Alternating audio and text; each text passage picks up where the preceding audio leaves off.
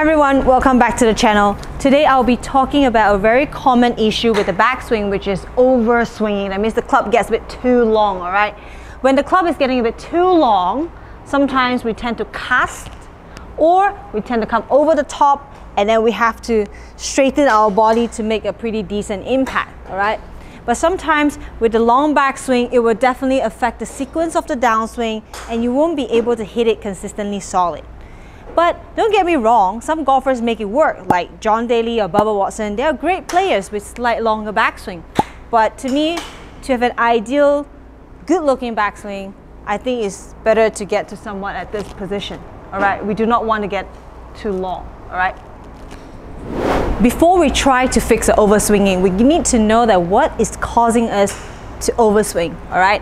It could be because of the rotation, it could be because of your arm position or your wrist angle, okay? So I'm going to start off with talking about body rotation.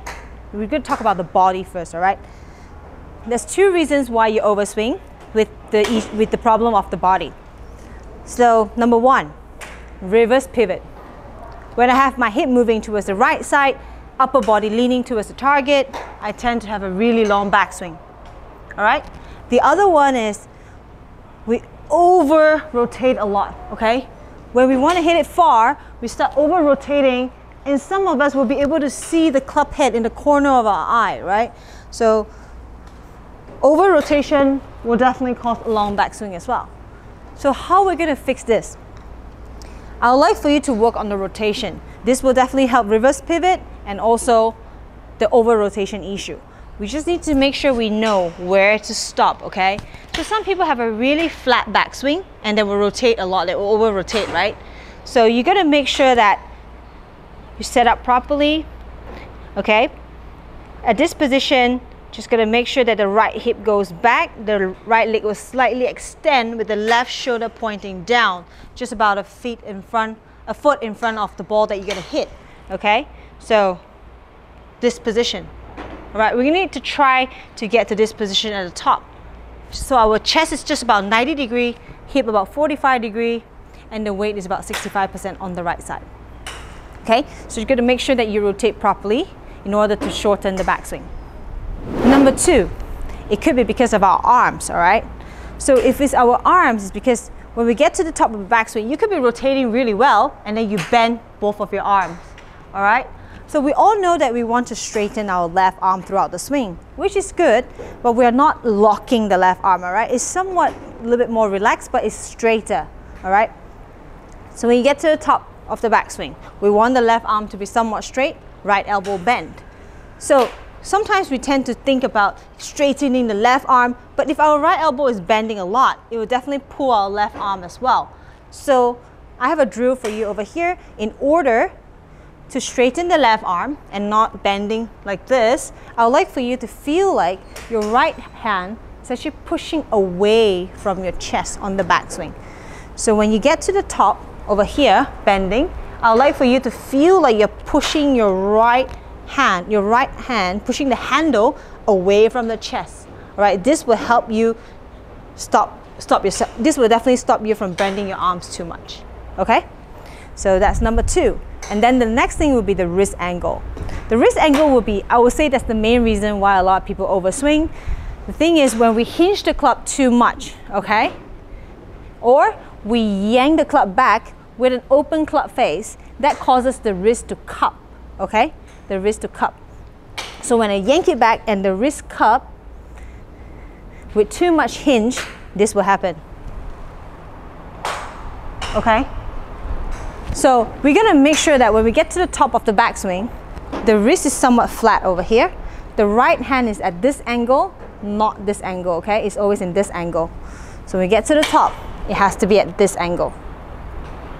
How are we going to stop that? I would like for you to put your hands palm facing each other. On your backswing, when you open the club face and causing the cup in the wrist is when you do this. I would like for you to feel like your back of your hands, I want you to feel like the back of your hands is pointing towards the ground on the takeaway, okay? So it's doing this. So if I'm going to grip the club and I do this, this will set the club up in a pretty good position with my wrist a bit more bold. So when I get to the top of the backswing, as you can see, my wrist is in very good position. And this will not go too far, right? So from here, watch this. If I cup my wrist and I hinge, you can see the club gets loose and it gets too long, right? All right, guys, when we get the body rotating correctly, the arms and the wrist in a really good position, there's a couple drills that I would like to show you to help you try to shorten the backswing a little bit, okay? So just get a feel of how a better position will look like, okay? So we want a shorter backswing. I would like for you to get an alignment stick. This might be a little bit long. If you have something shorter, that's great. If not, a long one is okay as well. So I'm gonna have you put your alignment stick just right under your right armpit, okay? You don't have to hit the ball with it. All right, so when I take my backswing, when my left arm touches this alignment stick, I'm going to stop, okay? So again, set up. When my left arm touches the alignment stick, I stop, okay? This will give you a feel of how a shorter backswing feels like. Okay, now the next drill to shorten our backswing is you need to find a wall, all right? So wall anywhere, okay? If you can do this at home as well. I would like for you to stand about a club face away from the wall. All right, just gonna make sure you hold the club upside down because you do not want to scratch anything. So hold the club upside down. I would like for you to swing until your arm is about 90 degrees. All right, so this is a half swing. From here, I would like for you to extend the turn until the club touches the wall. So this is the position that we want to feel at the top of the backswing. From here, turn down, turn through, okay? So from here, set up again. Take it to about 90 degrees, extend your turn, and then swing through. Just get a feel where the club actually stops. And then maybe do about 10 reps and then go on to the driving range, hit some balls feeling really short. Okay, so this is a drill will definitely help you shorten the backswing as well. So if you want to practice your short backswing, just try to take it about half swing or 3/4, somewhere around here, and then just swing it through, okay? So if people with really long backswing, you tend to not really trust it because you think that there's no power. But I would think that there's more power into the ball if you have a shorter backswing.